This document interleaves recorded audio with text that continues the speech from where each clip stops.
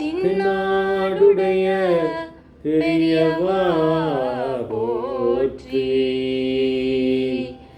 பெரியவா போற்றி,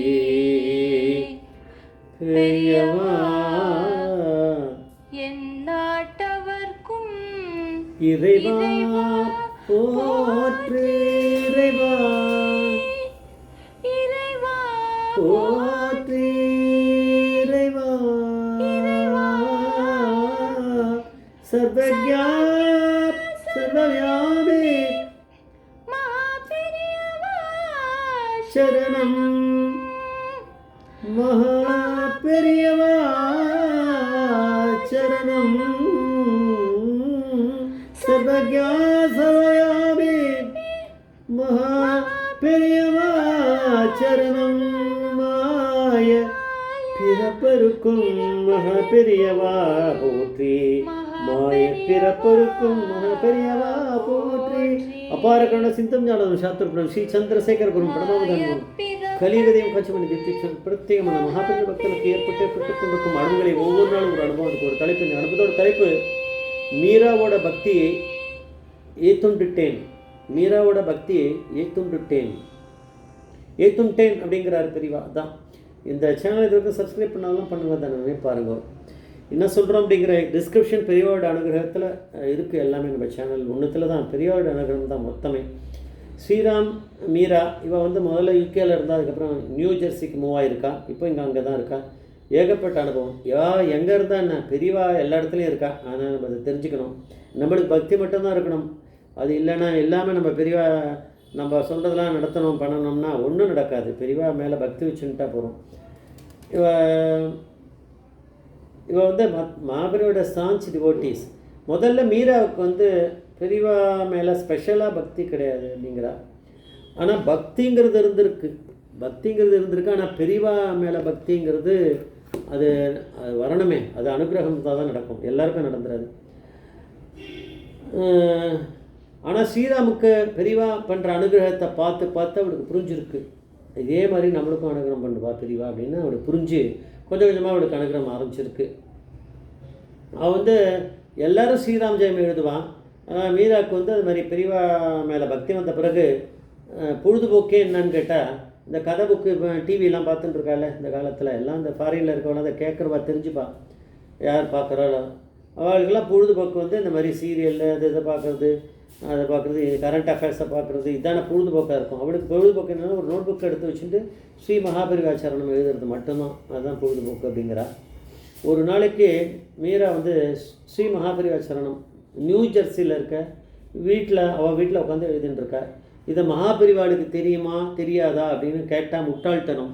பெரியவா வந்து சர்வவியாபி, இதோ இங்கே இருக்கார், நம்ம பேசுகிறது ரெக்கார்ட் பண்ணுறது பார்த்துட்டு இருக்கார் அவர். அப்போ அவர் நியூ ஜெர்சியில் பார்க்க மாட்டாரா? நிச்சயம் பார்ப்பார். அப்புறம் அவர் பெரியவாளே கிடையாது, மகாபெரியவானா அவர் எல்லா இடத்துலையும் இருக்கவர். சென்னையில் வந்து இருந்த மீராவோட அப்பா அம்மா பேரண்ட்ஸ் வந்து ஒரு கார் எடுத்துட்டாவா வெள்ளூர் கிட்ட, அதை க்ளோஸாக வெள்ளூர் தாண்டி ஏதோ போயின்ட்டுருக்கா. போன பொழுது திடீர்னு மீராவோட அம்மாவுக்கு வந்து மகாபெரியவா ஞாபகம் வந்துடுது.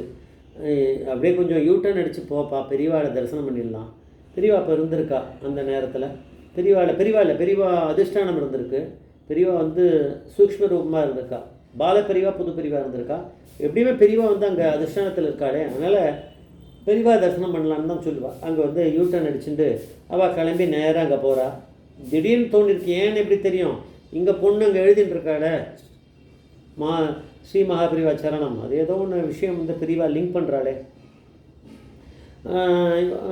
அங்கே போனான்னா அவளை கொஞ்சம் அடிக்கடி இந்த மாதிரி போவா போல இருக்கு மடத்தில். அதனால் மடத்தில் இருக்கக்கூடிய அந்த சிஷ்யாள்லாம் அவளுக்கு கொஞ்சம் பழக்கமாக இருக்குது அப்படிங்கிறா.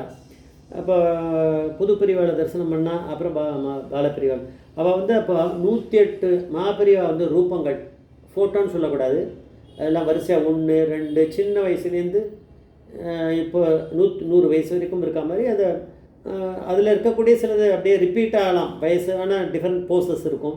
அது பெரியவாளோட இதை வந்து ரூபங்களை அதில் பிரிண்ட் பண்ணி ஒரு ஷீட்டு, அது யாராவது பக்தர்கள் பண்ணி கொடுத்துருக்கலாம். அந்த ஷீட்டை வந்து அதை அவளுக்கு இன்னும் தோணியிருக்கு, புது பெரியவா ஏதோ இவக்கிட்ட ஒன்று, மீராவோட அப்பா கிட்ட ஒன்று, அம்மா கிட்ட ஒன்று கொடுத்துருக்கா. அதை கையில் வச்சுட்டுருக்கா. அப்போ பாலப்பெரிவா கொடுக்காமல் இருக்கலாமே, அவர் ஏதோ 2 கொடுத்துருக்காரு. இதெல்லாம் பெரியவாளுடைய திருவிளையாடல் தான். அப்புறம் அங்கேருந்து வந்தால் அதிஷ்டானத்தில் மகாபெரிவாளை தரிசனம் பண்ணிட்டு வெளியில் வரா. வெளியில் வரும்போது பொண்ணு ஞாபகம் வந்துடுது. ஏன்னா இப்போ இங்கே மகாபெரிவாளை தரிசனம் பண்ணியாச்சு இல்லையா, கையில் வேறு படம்லாம் கிடச்சிருக்க, மகாபெரிவாளுடைய ரூபங்கள் கையில் கிடச்சிருக்கா. அதனால் இதை பொண்ணுக்கு கன்வே பண்ணலாம் அப்படின்னு நினச்சி இங்கேருந்து ஒரு ஃபோன் அடிச்சிருக்கா. அடித்தா பொண்ணு மீரா ஃபோனை எடுத்துட்டா. அவள் அங்கே எழுதி முடிச்சிருக்கா. எத்தனைன்னா 108 ஒரு பேஜில் வருது போல இருக்கா. அது மாதிரி 4 பேஜ் எழுதி முடிச்சிட்டா. 108 × 4 432 அவன் முடிச்சிட்டா. என்ன பண்ணியிருந்தான்னு கேட்பாள். நான் மகாபெரிவாச்சாரம் எழுதியிருந்தேன் இப்போ அப்படின்னு அதை சொல்லியிருப்பா. இவள் நீ எங்கே போன அப்படின்னு சொல்லியிருப்பாள். புது பெரியவா பாலப்பெரிவா தரிசனம் பண்ணிவிட்டு இது மகாபெரிவா இதில் தரிசனம் பண்ணிட்டேன், அதிஷ்டானத்தில் தரிசனம் பண்ணிவிட்டு இப்போ வெளியில் வந்துட்டுருக்கோம் அப்படின்னு ஏதோ அவள் சொல்ல. அப்போ சரி பிரசாதம் என்ன கொடுத்தா, ஏன்னா அவளுக்கு தெரியணுமே கன்சீவ் ஆகிருக்கா, ஏன்னா பிரசாதம் எதாவது கொடுக்கணும். அதனால் அவள் சொன்னாலும் இல்லை எனக்கு மகாபெரிவா இருக்கா மாதிரி படம் 108 பெரியவா இருக்கா மாதிரி மகாபெரிவோட இது கொடுத்துருக்கா. அப்படியா அப்படின்னா 108 எழுதுறாள். உடனே கேட்டா அப்படியா எத்தனை ஷீட்டு கொடுத்தா உனக்கு அப்படின்னு கேட்டிருக்கா மீரா.